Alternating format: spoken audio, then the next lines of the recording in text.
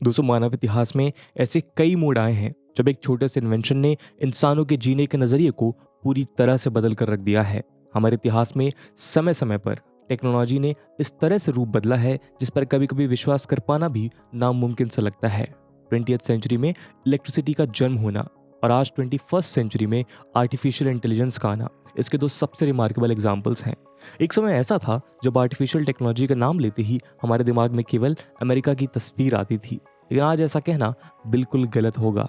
आज artificial intelligence जैसे cutting edge technology के केस में चाइना सबको पीछे छोड़कर एक नई रफ्तार पकड़ रहा है। लास्ट ईयर यूनाइटेड स्टेट्स के एयर एंड स्पेस फोर्स के फॉर्मर चीफ सॉफ्टवेयर ऑफिसर ने ये कहते हुए रिजाइन किया था कि यूएस चाइना से एआई रेस में हार चुका है और वो चाइना द्वारा यूएस की हार को नहीं देख सकते। उनका कहना था कि अगले 15 से 20 सालों तक चाइना के साथ कंपटीशन या उसको ओवरटेक करने के कोई चांसेस ही नहीं है। उनके हिसाब से ये रेस ऑलरेडी ओवर हो चुकी है और चाइना इसका एक लौता विजेता है। अपने आर्टिफिशियल इंटेलिजेंस, मशीन लर्निंग और साइबर कैपेबिलिटीज के चलते चाइना आज ग्लोबल डोमिनेशन की तरफ बढ़ रहा है। चाइना आज एआई और रोबोटिक्स के इस्तेमाल से अपने हर सेक्टर को पूरी तरह से बदल रहा है।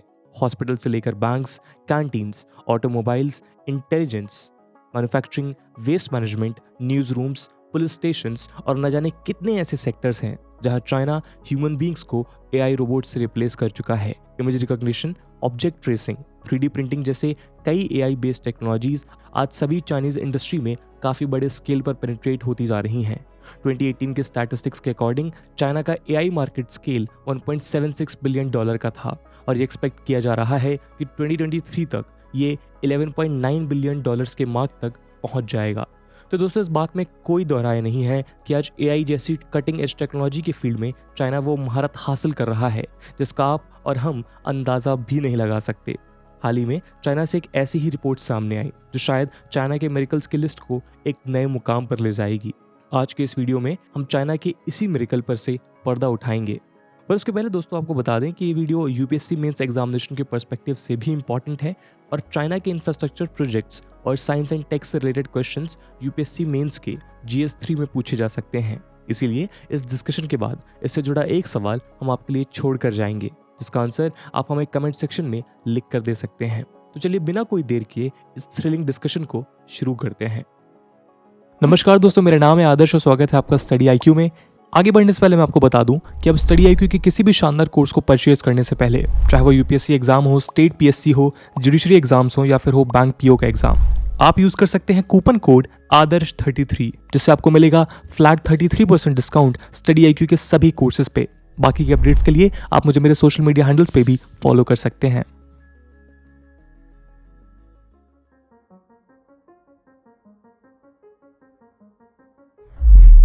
दोस्तों, ये तो हम जानते हैं कि चाइना अपनी इलेक्ट्रिसिटी की डिमांड्स को पूरा करने के लिए हाइड्रो पावर पर एक बड़े पैमाने पर निर्भर करता है।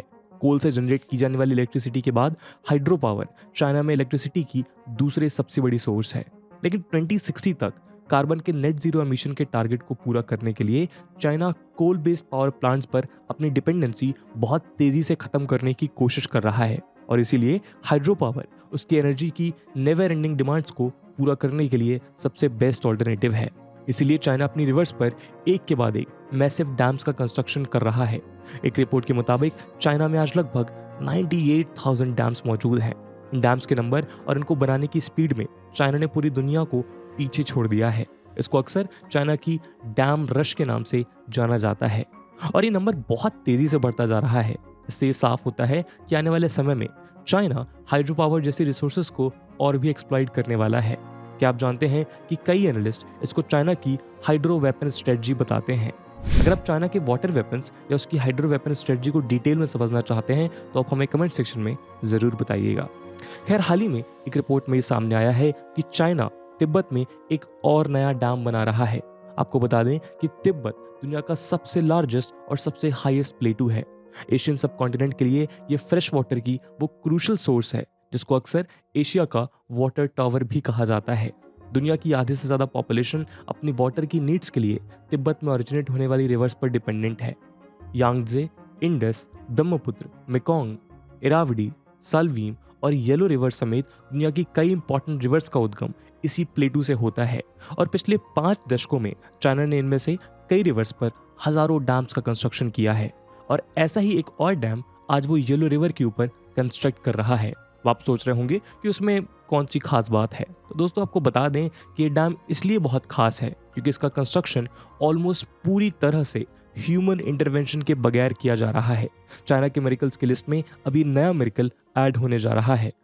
हाल ही में चाइना के एक साइंटिस्ट ने यह अनाउंस किया कि वो तिब्बत प्लेटू पर दुनिया का सबसे पहला 3D प्रिंटेड डैम बना रहे हैं। इस डैम का नाम यांगकू हाइड्रो पावर प्लांट रखा गया है और उसका कंस्ट्रक्शन वर्क येलो रिवर के ऊपर लास्ट ईयर के एंड से ही शुरू हो चुका है। इस डैम के एग्जीक्यूशन में आर्टिफिशियल इंटेलिजेंस और 3D प्रिंटिंग जैसे क्रूशल टेक्नोलॉजी का यूज किया जा रहा है। दोस्तों आपने हाल ही में आर्ट एंड क्राफ्ट करते वक्त 3D पेन्स के यूज को देखा होगा। 3D प्रिंटिंग टेक्नोलॉजी भी लगभग उसी तरह एक बड़े लेवल पर रियल लाइफ ऑब्जेक्ट्स या इंफ्रास्ट्रक्चर बनाने के लिए यूज की जाती है। इस प्रोसेस के जरिए आप एक डिजिटल फाइल या डिजिटल ब्लूप्रिंट की मदद से real life 3 dimensional objects create कर सकते हैं। इस प्रोसेस को एडिटिव मैन्युफैक्चरिंग भी कहा जाता है। इस टेक्नोलॉजी में सबसे पहले कंप्यूटर की मदद से किसी भी ऑब्जेक्ट का एक डिजिटल मॉडल तैयार किया जाता है। ये मॉडल स्लाइसेस में बटा हुआ होता है। इस डिजिटल मॉडल को यूज करके AI टेक्नोलॉजी से जुड़े 3D प्रिंटर को कमांड दी जाती है और उस कमांड के अकॉर्डिंग ये प्रिंटर उस ऑब्जेक्ट में यूज होने वाले रॉ मटेरियल को लेयर बाय लेयर अरेंज करता है। इस टेक्नोलॉजी से अलग अलग शेप्स, साइजेस और कलर्स के ऑब्जेक्ट्स क्रिएट करने के लिए प्लास्टिक्स, कंपोजिट्स, सीमेंट्स या बाकी रॉ मटेरियल्स को एक के ऊपर एक लेयर्स में अरेंज किया जाता है। ज़्यादातर सेक्टर्स में ये टेक्नोलॉजी बहुत कम वेस्टेज, टाइम और कॉस्ट के साथ बहुत हाई प्रिसीजन से अपना काम करती है। दोस्तों ये टेक्नोलॉजी कोई नई टेक्नोलॉजी नहीं है। वेस्टेज को रिड्यूस करने के लिए 3D प्रिंटिंग को शुरुआत में प्रीशियस मेटल्स के कंपोनेंट्स बनाने के लिए इस्तेमाल किया जाता था, क्योंकि इस प्रिंटिंग में कटिंग और ग्राइंडिंग से कई गुना कम वेस्टेज होती है। फिर धीरे धीरे इसका इस्तेमाल पूरी दुनिया में अलग अलग सेक्टर्स जैसे कि हेल्थ, मेडिसिन, ऑटोमोबाइल्स और स्पेस टेक्नोलॉजी के मॉडल्स और न जाने कितनी इंडस्ट्रीज में उनके प्रोडक्ट्स के प्रोटोटाइप्स या डमी को प्रिपेयर करने के लिए किया जाने लगा। उदाहरण के तौर पर 3D प्रिंटिंग की एक लीडिंग कंपनी आईकॉन और नासा इस टेक्नोलॉजी का इस्तेमाल करके 3D प्रिंटेड मून इंफ्रास्ट्रक्चर पर काम कर रही है। प्रोजेक्ट ओलंपस के अंतर्गत तैयार किए जा रहे इस यूनिक इंफ्रास्ट्रक्चर का एक हिस्सा और दुनिया का सबसे पहला 3D printed rocket pad last year showcase किया गया था। लेकिन हाल ही में इस टेक्नोलॉजी का यूज इंफ्रास्ट्रक्चर बिल्डिंग में बहुत तेजी से देखने को मिल रहा है। पूरी दुनिया में आज इसको अफोर्डेबल होम्स और कमर्शियल बिल्डिंग्स बनाने के लिए यूज किया जा रहा है। China, Dubai, Netherlands, US, Canada, Germany और यहाँ तक कि इंडिया में भी इस टेक्नोलॉजी को यूज करके केवल 2 से 3 दिन के समय में रेसिडेंशियल हाउसेस के सक्सेसफुल मॉडल्स तैयार किए गए हैं। हैरानी वाली बात तो ये है कि बहुत ही जल्द और बहुत कम कॉस्ट के साथ बनने वाले ये 3D प्रिंटेड हाउसेस हमारे नॉर्मल हाउसेस से कई गुना ज़्यादा मजबूत भी हैं। चाइना के एक कंपनी ने इसको प्रैक्टिकली प्रूव किया है। दोस्तों जैसे जैसे सेक्टर चेंज होता है उसी के अकॉर्डिंग ये टेक्नोलॉजी और भी ज़्यादा यूनिक और एडवांस होती जाती है। इंफ्रास्ट्रक्चर में यूज़ होने वाली 3D प्रिंटिंग टेक्नोलॉजी को कॉन्क्रीट 3D प्रिंटिंग कहा जाता है। इसमें एक स्पेशल तरीके के कॉन्क्रीट मटेरियल का यूज़ होता है। दोस्तों कहा जाता है कि हम अपने घरों को ईंट पर ईंट रखकर बनाते हैं, लेकिन इस 3D प्रिंटिंग टेक्नोलॉजी को देखकर आप यही कहेंगी कि आज घरों को एक के ऊपर एक प्रिंटेड शीट्स रखकर बनाया जा रहा है। इनके कंस्ट्रक्शन को देखते हुए ऐसा लगता है कि मानो कोई पाइपिंग बैग से विप्ड क्रीम की लेयर्स लगा रहा है। खैर आपको बता दें कि आज से टेक्नोलॉजी जिस स्पीड से पूरी दुनिया में फैल रही है उसके मुताबिक 2027 तक ग्लोबल 3D प्रिंटिंग इंडस्ट्री की वैल्यू $41 बिलियन तक पहुंच सकती है। तो दोस्तों अब तक आपको इस टेक्नोलॉजी के बेसिक्स समझ में आ गए होंगे। तो चलिए अब आपको वापस चाइना में बिल्ड किए जा रहे डैम पर लेके चलते हैं। हालांकि इस पूरे प्रोजेक्ट को लेकर ज़्यादा डिटेल्स अभी तक रिवील नहीं की गई हैं, लेकिन कुछ साइंटिस्ट के मुताबिक इस डैम के सभी पार्ट्स AI के सपोर्ट से चलने वाली 3D प्रिंटिंग टेक्नोलॉजी से तैयार किए जाएंगे। इस यूनिक थॉट के जन्मदाता और इस प्रोजेक्ट के लीड साइंटिस्ट लियू तियानुन ने एक रिसर्च पेपर में ये बताया है कि सालों की डेवलपमेंट टेस्टिंग के बाद आज उनकी 3D प्रिंटिंग टेक्नोलॉजी इतनी मैच्योर हो चुकी है कि उसको अब डैम जैसे मैसिव इंफ्रास्ट्रक्चर प्रोजेक्ट्स और बाकी मास एप्लीकेशंस में इस्तेमाल किया जा सकता है। जब इस टेक्नोलॉजी को कंस्ट्रक्शन प्रोजेक्ट्स में स्मॉल स्केल पर यूज़ किया जा रहा था तब उन्होंने ये रियलाइज़ किया कि ये स्मार्ट मशीन्स ह्यूमन के कंपैरिजन में काफ़ी कम समय और एरर फ्री तरीके से ये प्रोजेक्ट्स कंप्लीट कर सकती हैं, और इसलिए वो अब पहली बार एक डैम को पूरी तरह से इस टेक्नोलॉजी के जरिए तैयार कर रहे हैं। आइए इसके प्रोसेस को समझने की कोशिश करते हैं। दोस्तों इस पूरे प्रोसेस को एक ऑटोमेटेड एआई टेक्नोलॉजी से चलने वाला सेंट्रल सिस्टम गवर्न करेगा। इस सिस्टम में AI powered robots, bulldozers, digging machines, trucks और रोलर्स कंस्ट्रक्शन के अलग अलग पार्ट्स को पूरा करेंगे। जैसे कि सबसे पहले इस डैम के कंप्यूटर मॉडल को डिजिटली स्लाइस किया जाएगा। उसके बाद एआई रोबोट्स अपनी टीम के अलग अलग मेंबर्स को अलग अलग कमांड्स देंगे।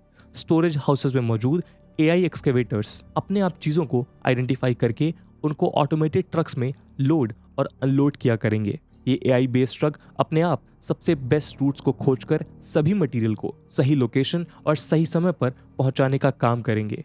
उसके बाद रोबोटिक बुलडोजर्स और बाकी मशीन्स इस डैम की लेयर्स को एक के ऊपर एक सेट करने का काम करेंगे। ऑटोमेटेड रोलर्स इन लेयर्स को तब तक प्रेस करेंगे जब तक लेयर्स टाइट एंड फर्म ना हो जाएं। इन डिवाइसेस में लगे सेंसर्स लोकेशंस के एनवायरनमेंट और उसकी कॉम्प्लेक्सिटीज़ को ध्यान में रखकर अपने काम को फ्लेक्सिबल तरीके से पूरा कर पाएंगे। और इस तरह पूरी कंस्ट्रक्शन साइट को एक जाइंट प्रिंटर में तब्दील कर दिया जाएगा, जिससे सभी पार्ट्स अपने अपने कंपोनेंट्स पर बिना किसी रोक के आसानी से काम कर पाएंगे। ये टेक्नोलॉजी बिना किसी हेडेक और एग्जॉशन के 24 आवर्स किसी भी कॉम्प्लिकेटेड इन्वायरमेंट या वेदर में काम कर सकती है। साइंटिस्ट का दावा है कि ये 590 फीट टॉल डैम केवल 2 साल के अंदर यानी 2024 तक बनकर तैयार हो जाएगा। और तैयार होने पर यह डैम हर साल 5 बिलियन किलोवाट पर आवर की प्रोडक्शन कैपेसिटी से एनर्जी जनरेट कर पाएगा। ये डैम मुख्य तौर पर चाइना के हेनान प्रोविंस और उससे जुड़े कुछ इलाकों में मौजूद लगभग 100 मिलियन लोगों को इलेक्ट्रिसिटी प्रोवाइड करेगा। इस डैम से जो इलेक्ट्रिसिटी प्रोड्यूस होगी वो एक 1500 किलोमीटर की हाई वोल्टेज लाइन से ट्रैवल करेगी, जिसको स्पेशली इस ग्रीन एनर्जी के ट्रांसमिशन के लिए तैयार किया गया है। दोस्तों यहाँ एक इंटरेस्टिंग बात यह है कि हेनान प्रोविंस को चाइनीज सिविलाइजेशन का क्रैडल बताया जाता है, यानी कि चाइनीज सभ्यता हेनान प्रोविंस में ही जन्मी है और शायद इसीलिए भी ये प्रोजेक्ट बहुत स्पेशल हो जाता है। खैर, डैम की मैन्युफैक्चरिंग के साथ साथ चाइनीज साइंटिस्ट आर्टिफिशियल टेक्नोलॉजी का इस्तेमाल करके रिस्की डैम्स को लोकेट और मॉनिटर करने का काम भी कर रहे हैं। पुराने डैम्स की एफिशिएंसी और हैवी रेनफॉल के आगे खड़े रहने की उनकी कैपेसिटी को भी आज इस टेक्नोलॉजी के जरिए मेजर करने की कोशिश की जा रही है। इतना ही नहीं, कब और किस डैम को मेंटेनिंग या फिर रिपेयरिंग की ज़रूरत है उसका पता भी ये टेक्नोलॉजी इन डैम्स की इलेक्ट्रिसिटी प्रोडक्शन के डेटा को स्टडी करके लगा सकती है। साइंटिस्ट का कहना है कि ये टेक्नोलॉजीज ह्यूमंस के ऊपर से हार्श और डेंजरस माहौल में काम करने की हैवी ड्यूटीज़ और रिस्क को बड़े लेवल पर ख़त्म कर देंगी। उनका कहना है कि चाइना में लो बर्थ रेट्स के कारण हो रही मैनुअल लेबर की कमी को ऑटोमेटेड रोबोट्स की आर्मी के द्वारा पूरा किया जाएगा। हालांकि इसके साइज और स्केल में भले ही ये चाइना का सबसे पहला 3D प्रिंटिंग डैम हो, लेकिन इससे पहले भी वो टेक्नोलॉजी का यूज़ करके कई सक्सेसफुल इंफ्रास्ट्रक्चर प्रोजेक्ट्स तैयार कर चुका है। उदाहरण के तौर पर लास्ट ईयर चाइना ने सिंघुआ यूनिवर्सिटी के school of architecture in Shanghai के विजडम बे इनोवेशन पार्क में एक 3D प्रिंटेड बुक स्टोर को तैयार किया था। लास्ट ईयर जुलाई में एक ऐसी 3D प्रिंटेड रिट्रैक्टेबल ब्रिज का भी निर्माण किया गया था जो पूरी तरह खुलने और बंद होने में 1 मिनट से भी कम का समय लेती है। उसी तरह इसको रिसाइकेबल फुट ब्रिजेस और इको फ्रेंडली सीवेज इंफ्रास्ट्रक्चर में भी इस्तेमाल किया गया है। इतना ही नहीं, चाइना की सड़कों पर आज 3D प्रिंटेड कार्स भी बहुत तेज़ी से दौड़ रही हैं। और दोस्तों, ये तो कुछ गिने चुने एग्जाम्पल्स हैं और इसीलिए हमने शुरुआत में कहा था कि जिस तरह से चाइना इस टेक्नोलॉजी को यूज़ करके इनोवेशन की दुनिया में एक नया इतिहास रच रहा है, उसकी कल्पना करना भी अभी हमारे लिए शायद मुमकिन नहीं है। खैर, अभी टेक्नोलॉजी और ये डैम आगे कितना सक्सेसफुल होगा ये तो आने वाला वक्त ही बताएगा, लेकिन एक बात तो तय है और वो ये कि इस तरह की स्मार्ट टेक्नोलॉजी जितनी अट्रैक्टिव दिखती है ये अपने साथ उतने ही सीरियस कंसर्न्स लेके आती है। स्पेशली एआई जैसी टेक्नोलॉजी एक ऐसी टेक्नोलॉजी है जो ह्यूमन से 1000 गुना ज़्यादा स्ट्रॉन्ग और स्मार्ट है। आपको याद होगा कि एआई और 3D प्रिंटिंग टेक्नोलॉजी एक समय पर सिर्फ साईफाई मूवीज़ में देखने को मिलती थी, लेकिन आज ये सब हमारी आंखों के सामने हूबहू हो रहा है। ऐसे में हमें उन साइंस फिक्शंस को भी नहीं भूलना चाहिए जो दर्शाते हैं कि किस तरह की एआई ह्यूमैनिटी को ओवर पावर करके इस मास्टर और वर्कर के रिलेशनशिप को पूरी तरह रिवर्स कर देती है। हालांकि हम यहाँ पे ये क्लेम नहीं कर रहे हैं कि आगे चलकर एआई ह्यूमैनिटी को पूरी तरह से ख़त्म कर देगी, पर कहीं ना कहीं ये ह्यूमन वर्कफोर्स को अफेक्ट ज़रूर करेगी, क्योंकि आज हम एक ऐसी एज में रह रहे हैं जहाँ साईफाई और रियलिटी के बीच की दूरी ख़त्म होने में ज़्यादा समय नहीं लगता। भले ही वो दूरी हूबहू तरीके से कम ना हो, पर उसके अलग अलग पर्सपेक्टिव से अलग अलग रिजल्ट्स आ सकते हैं। तो दोस्तों, ये था एक डिस्कशन जहां पे हमने डिस्कस किया कि चाइना के द्वारा बिल्ड किए जा रहे वर्ल्ड के सबसे पहले 3D प्रिंटेड डैम कैसे काम करता है और उसके पीछे की कहानी क्या है। और जैसे कि पहले प्रॉमिस किया गया था, आज के लिए आपका प्रैक्टिस क्वेश्चन है, how large scale replacement of AI driven machines and robots in infrastructure and manufacturing process is going to impact the employment and livelihood of manual laborers across the world. Analyze. And with this question, my friends, that's it for the video. I hope आपको video पसंद आई होगी, और अगर पसंद आई है तो अपने दोस्तों के साथ शेयर करना मत भूलिएगा। हम मिलते हैं अगले वीडियो में, तब तक के लिए जय हिंद, जय भारत।